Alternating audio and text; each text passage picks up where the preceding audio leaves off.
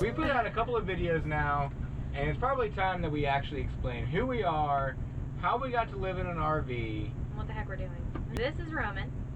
I'm Bree. We live in a Damon Ultra Sport, and it was made in 19... I want to say 91. If you don't know what a Damon Ultra Sport is... There's a reason for that. It's not around anymore. This is an RV where the manufacturer is not in business anymore, so that's very reassuring right there. We have been living in it officially for, I would say, a year and maybe like a few months. Now, we're not on the road yet, and there is a reason for this, being that a lot of RVers who do it full time have one luxury we did not, and that was a house to sell to get money to be able to finance your situation. And to be fair, like that is the situation for a lot of RVers. Not everyone, but a lot. Some people are in the same situation as us, where they just really didn't get that start into the world before they realized that they wanted to do traveling and live differently. We're 27. We've been married since 2016, but we've known each other for a lot longer. Yeah, we actually started dating in high school. We met in our, junior year? 2010? Yeah, 2010. Is when we started dating. I started the process of joining the Army right before we started dating. I went to basic training while we were still in high school, between my junior and senior year, and then went back after I graduated for additional training. It's called split ops. How long were we dating before I went to basic training? I would say like a month. So we weren't dating very long. I went off to basic training, was gone for 3 months, came back. We continued dating after we graduated high school. We went through 4 years of college basically before I proposed, because we knew, like, with us going through college, we did not want to have to plan a wedding. Screw that. Yeah, I proposed right before we graduated. I proposed, and then so we graduated. That was the transition out of college, was us planning a wedding. My parents bought their empty nest home before I moved out of the house. So they were trying to get rid of his old house, but he was still living in his old house, because he told them, he's like, look, I'm not going to move in with you. I'm not going to move twice in 1 year. And then move back in. We were in the process of, planning a wedding. We're planning a wedding, and we're looking, and all the while, he's looking for a place to live. Mainly an apartment, because, we were poor college I was students. in the reserves. Yeah. Put into context, I went to college, we got married. I was in the reserves. I found an apartment. I started living there. We got married. And we lived there for how long? Year and a half? 2 years? 2 years. 2 years, officially 2 years. This wasn't our long-term goal to live in the apartment. We just needed a place to live while we were searching for a house. That being said, when we first found it, it was a good apartment.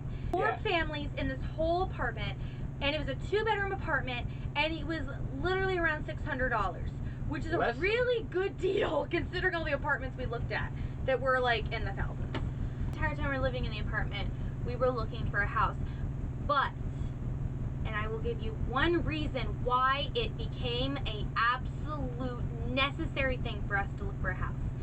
One word that changed the course of our entire path. Roaches. And I'm not talking a few roaches here and there. No. I'm talking roaches. There was an infestation, and it wasn't us. We did not notice them at first. If you figure out anything about me as a person, you will know. I am a very clean person, a very organized person. I kept our apartment very clean. It started when we came back from our honeymoon. I go to use the bathroom. I go to get some toilet paper. And I swear there was a roach. It's one of those moments where you're like, oh my God, I could have wiped with that. That really is what hit me in the head. Not, oh my God, there's a bug. Oh my God, I could have wiped with that, which really would not have happened. But obviously, in my tiny lizard brain, I was thinking, dear sweet God. We told our landlord about it. He comes and he puts down traps. All of a sudden, we're finding piles of baby roaches. Oh my God. Trigger warning, We're going to show you the stuff. We're going to show you the videos of the piles of roaches we found. Okay. So, I don't know, somewhere around here, I'll put a timestamp.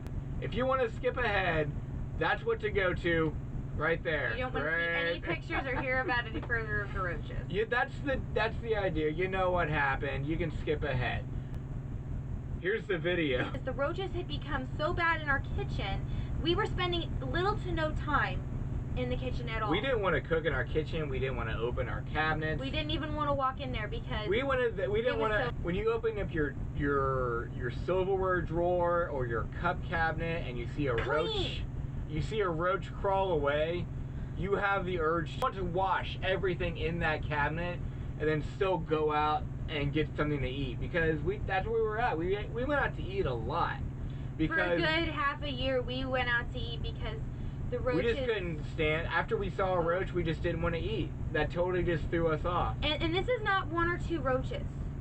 We're talking, you could not move something on the counter, you could not get into a drawer, you could not get into cabinets without there being multiple roaches scurrying away. You just find piles of these like little itty bitty roaches. We found them in our shower, like on the windowsill. Not even in our kitchen. They're in the shower, on the windowsill, tiny roaches. We literally cannot go anywhere in the house. We thought our bedroom was safe for a while, and we didn't take any food or drink in there as much as possible. Yeah. And we found a couple. Every now and then you would like... In my makeup cabinet, I had a makeup table. I opened up that one time. That was when we started hitting our limits. When we started finding them in the places that there wasn't even food, there wasn't water. There's no reason for these roaches to be in this room other than they're just in the walls. It was an utter nightmare. And we told our landlord about it, and all he did was put down traps. He never really did anything about it. And let's be clear, we saw roaches in the hallway and the stairwell. This was not just our apartment. No. We remember walking into our apartment building and seeing like a roach on like the bottom floor. We lived on the top floor. Yeah. And we would see him on the bottom floor and like in the hallway of like the main entrance. And it was just like, obviously this isn't us. While we were living here is when we got Shaggy. This little guy right here. This fuzzy mister who's asleep next to me. We were getting worried for him and for us, and it became an absolute necessity to look for a house. So our search started to get more aggressive. We couldn't afford anything like $1,000 a month. No. With our job situation, that was not a possibility for us to be able to live and feed ourselves. That was always the thing, is how are we going to afford a place to live and essentially feed ourselves? It wasn't so much we need, entertainment luxury life. We weren't trying to live. We weren't trying to live above our means. No. The two of us was all we ever really needed. So we could live in a place where all we needed was to, enough money so that we could live in the place, build up on the place, renovate the place so that we could, build on our investment and feed ourselves. This is what our main criteria was. And that's what we needed in a house, and we could not find that. We looked at some crazy houses, and the biggest problem that we came across was the house was either really nice in a really crappy area, yeah, or really crappy in a nice area. Now, that being said, obviously we do not have an aversion to renovations, obviously. We needed to be able to move in right away because of our situation with the roaches. Yeah. Our realtors at the time, honestly, we thought kind of wanted to sell because they showed us a house that was $30,000 above our bottom line. Yeah. But it was ready to move in. We went and looked at it, and it was an absolutely beautiful house. Yeah. And they told us, this is a great house. It's a decent price. You need to make... If you are serious about it, you need to make an offer right now, full price. And we did. That day, the day we went and looked at the house, we made them an offer that night. Figured out that we could essentially pay to live there and eat, and that was it. That was it. We were going to be like stretching ourselves to the limit but we could make it happen. And because we were so starstruck by the house, we were like, we can do yeah. that.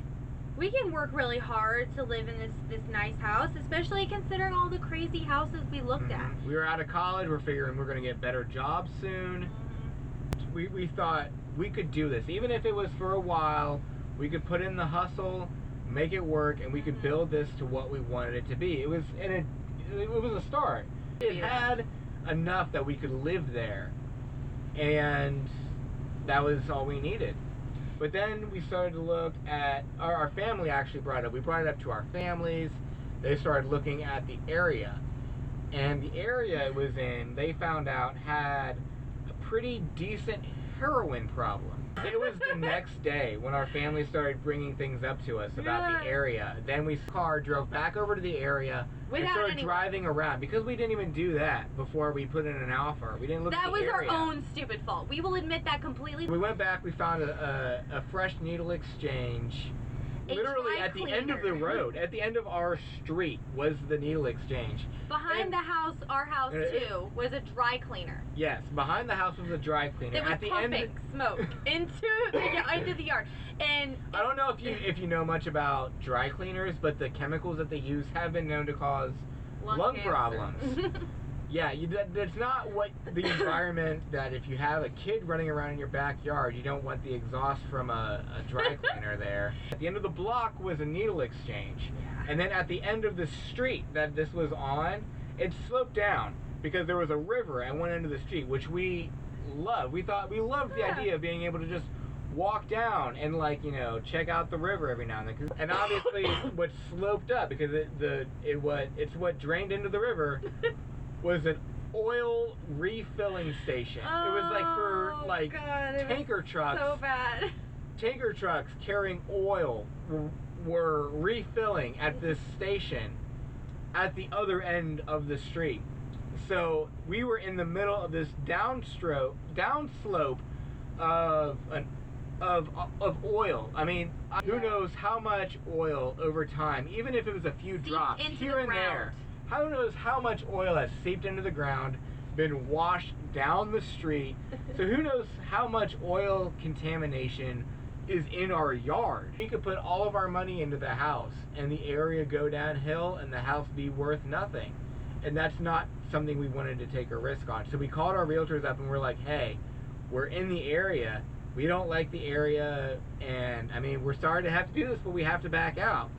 It's just not something we're going to do. We've talked it over. And the first words out of their mouth is, oh, they might be able to sue you for backing out of the contract. They said, at the minimum, we would have to have an inspection done on the place, and then we could find any reason, to come back with them and say, this is the reason we don't want the house. Apparently a good reason isn't that we just don't want it anymore. Apparently that's not a good reason. Apparently that's not a good reason. So we called up an inspector, got a quote that was around $400 to $600. So we thought, okay, so to be able to not buy the home that we don't even want, we're going to have to pay at least $400. Which we didn't really have lying around. Yeah, we were like, I mean, no. Like, we said, we can't afford that. Can you just ask them? And they eventually went to the people and said, hey, our clients our people want to back out of the home. They decided they don't want it, and they let us out. Long story short, the house went off the market the next week, and we assume, because we never heard anything else, someone else bought it. It was a great house. It was. Honestly, whoever bought the house, the best of luck. It was a great house. But it just wasn't for us. And that was the shock that had us reevaluate our lifestyle and really what we wanted to do. Because how old were we at the time we almost bought the house? I want to say 25? 25, sounds right. We were 25 years old. We had jobs that we had good starts in, but we could walk away from. So we thought we were at this point in our life where there's a lot of possibilities. And even if we make a mistake, we're young enough to fix our mistakes. But we were willing to make that, chance. And here's the thing: for a little while we were looking at houses, I was starting to feel panicky because I was feeling like we were going to be trapped in these homes for long periods of time where we had to pay large sums of money to fix things and build things, and I was kind of starting to panic. I'm like, well, what if we don't like our neighbors? You know, what if the area turns out horrible? What if they could build a big store across the street from our house that we buy, where a house is torn down, and they build something else? That happened to my old neighborhood. After all the things that happened with the house, and we got out of the contract and everything like that, I went on YouTube, and I happened to find a really amazing woman on YouTube called Jinty Fell. She lives in Australia, and with her partner and her daughter, they were living in a small utility van. We could put a link. I will put a link to her videos and her channel. She is amazing. To me, her journey was impressive, and I thought, well, heck, if she can live in a van, a small van with her partner and her daughter, why couldn't Roman and I find something like that and live in it with a dog? That's when we were like, okay, maybe we should start looking into this. Maybe this could be a cool thing. So we started looking for RVs. Because we had talked about it, and we discussed what we wanted out of a travel vehicle. Decided that we wanted an RV because it was an easier thing that you could just pull up, park somewhere that you were allowed to park, and just walk back to your bed and go to sleep. So we knew what we wanted out of an RV. We looked around for how long? A few months. We didn't have a whole lot of cash saved up. So we thought we're gonna have to finance an RV, make monthly payments on it. But then one day, your uncle texted us and said, hey, a friend of ours on Facebook is selling their RV up in Michigan. And it was for $6,000. We went on Facebook, looked at the photos of it, and it looked good. Her uncle knows this family well, and he knows cars well. He gave us a good recommendation, said it's obvious. He said it's something you should definitely check out. So we did. We drove up to Michigan with $6,000 and test drove it, and we liked it. Our biggest problem out of the entire thing was that it was from the early 90s and the decor was pink with gold accents, and it was just cringeworthy. As you get to know me, and you will realize I am not a fan of pink. Despite the fact that both the upholstery and the carpet were pink, and there was gold trim everywhere,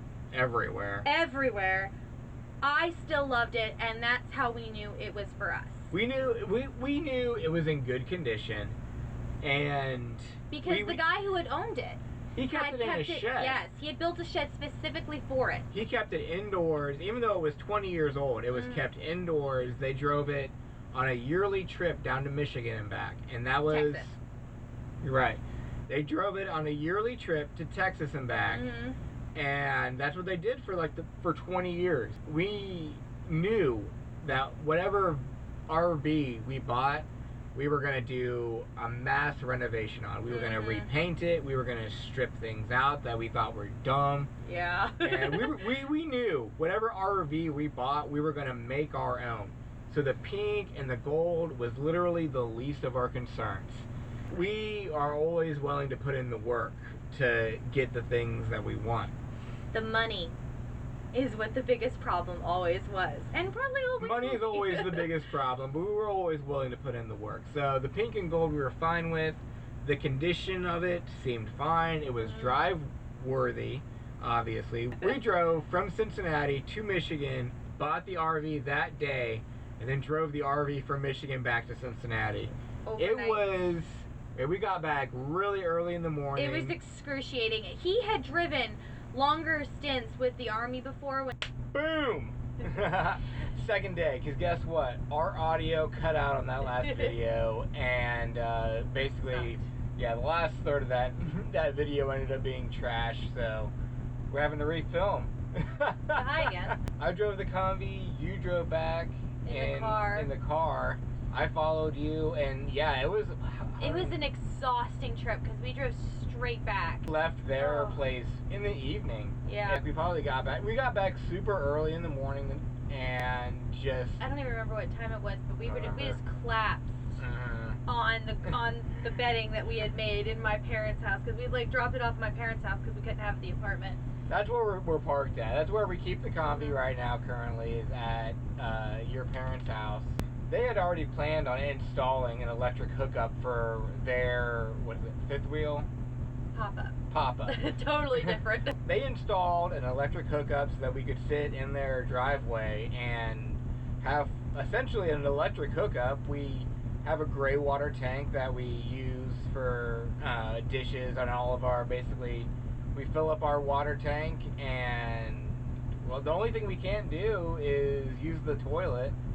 Which is fine because we have a nice little porta potty that actually sits on top of the built-in toilet. We plan on doing a video coming out soon that's essentially just a Comvee walkthrough. We'll talk about, how we live in the Comvee, just various different, little quirks here and there, little problems that we have. We're going to also show you how we survive the winter because as you can see, we are covered in blankets because it is chilly in here. But that's where we are now. We're basically camped out in the driveway, and we're waiting to get on the road. Hopefully, this year, you'll see us getting out different places, and you'll be on the journey with us. And this is the start. We all got to start somewhere, and this is our start. So you're along for the journey. Congratulations. But anyway, that's how we got to be living in the Comvee. That's where we are now, and you'll get to see a lot more of these explanation videos in the next month or so. Leave a comment, ask us questions, give us advice.